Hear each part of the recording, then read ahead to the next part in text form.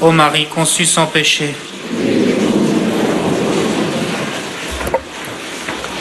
Si vous ne mangez pas la chair du Fils de l'homme, si vous ne buvez pas son sang, vous n'avez pas la vie en vous.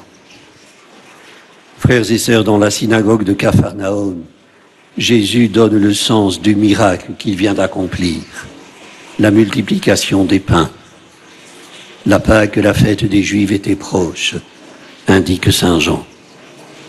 Les propos de Jésus ont laissé les auditeurs éberlués.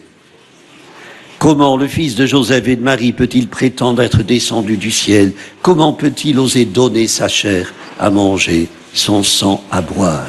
Qu'est-ce à dire? C'est à n'y rien comprendre.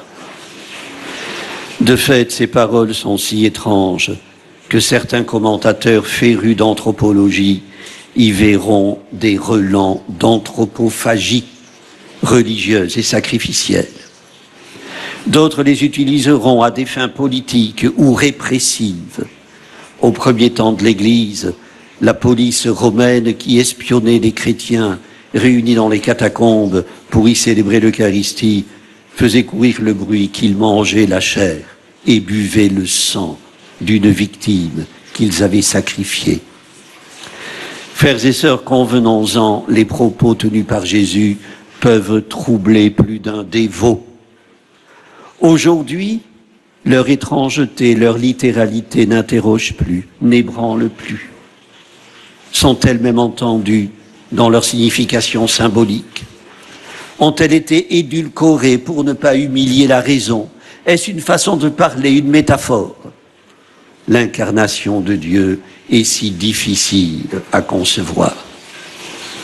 Or, si véritablement le Verbe s'est fait chair, écrit saint Hilaire de Poitiers, c'est véritablement aussi que nous mangeons le Verbe incarné en communion au banquet du Seigneur.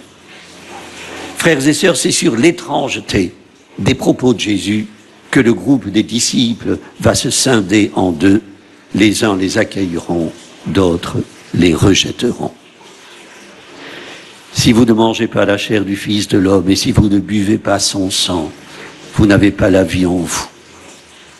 Littéralement, le verbe employé par saint Jean désigne en grec l'action de mâcher, de mastiquer, ce qui équivaut à qui mâche ou mastique ma chair et boit mon sang à la vie éternelle. Effarant. Pourtant, que Jésus l'ait dit devrait nous arracher à notre somnolence et nous interroger. Croyons-nous que dans le pain et le vin consacrés, Jésus se donne tout entier, nourriture et sang répandus pour notre salut? La manne de l'Exode était une nourriture pauvre, périssable, une ration de survie. Elle laissait sur sa faim le peuple en marche vers la terre promise. Elle n'emplissait que les estomacs. L'Eucharistie, elle aussi, nourriture pour un peuple en marche, et, comme aimaient le dire les pères de l'Église, un viatique éternel. Terme inusité de nos jours, mais combien exact et approprié. Il désigne les provisions du voyage. L'Eucharistie, nourriture du Seigneur, a son fondement dans la scène. L'ordre ancien le cède au nouveau, la réalité chasse l'ombre et la lumière la nuit, proclame la séquence de la messe de ce jour, qui reprend le Laudation de saint Thomas d'Aquin. Les aînés, les anciens, se souviendront de l'avoir chanté durant les magnifiques processions de la fête Dieu. Le célébrant y exposait à l'abri sous un dais le corps du Christ et avancé sur un tapis de fleurs. Le peuple jubilait d'allégresse, les enfants de Marie jetaient des roses. Frères et sœurs, qu'en est-il de nos jours, de cette jubilation festive? Faisons-nous cas de ce qui est donné, de celui qui donne? La question, frères et sœurs, ce n'est pas un ronchon qui la pose. Je ne grommelle pas. Je renvoie à la première lecture de ce dimanche, aux paroles de Moïse au peuple d'Israël. L'homme ne vit pas seulement de pain, mais de toute parole qui sort de la bouche de Dieu. nous en remettons-nous à une parole qui est force vive, revigorante, qui nous est donnée pour tenir au quotidien. Un grand auteur spirituel du siècle dernier, le père François Varillon, raconte qu'à l'exposition universelle de Paris, celle de 1889, au cours de laquelle fut inaugurée la Tour Eiffel, son père avait été impressionné par la galerie des machines installées sur le Champ de Mars, notamment par la transformation du bois en papier. À un bout de la galerie, des troncs d'arbres tout droit venus de la forêt, et à l'autre bout, après une série de transformations, le papier.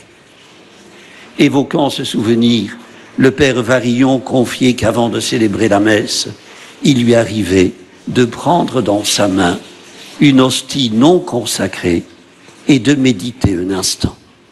Elle aussi était le résultat d'une transformation. Il pensait aux laboureurs, aux semeurs, aux moissonneurs, aux meuniers, aux boulangers, à leurs travaux successifs, à leur coopération.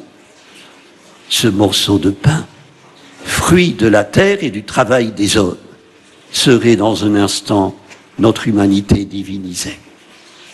Dans l'Eucharistie, écrit le père Varillon, toute l'histoire de l'homme devient le corps du Christ. Frères et sœurs, communier, c'est se laisser transformer par la vie, la mort et la résurrection de Jésus.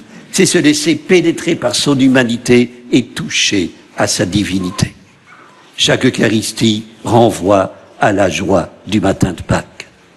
Cette joie qui brûlait le cœur de sainte Bernadette quand elle fit sa première communion, précisément en ce jour de la fête Dieu, le 3 juin 1858. Une joie qui se lisait sur sa figure rayonnante, comme pendant l'extase des apparitions, témoignent ses compagnes.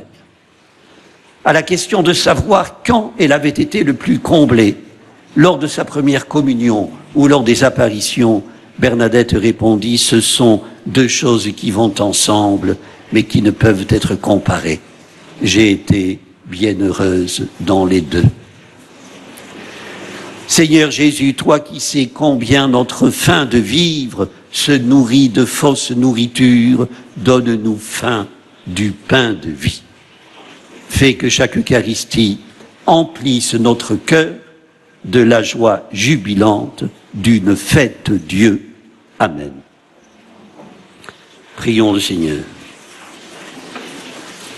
Seigneur Jésus, toi la vie qui ne faiblit pas, tu as porté jusqu'au bout la faiblesse de notre chair.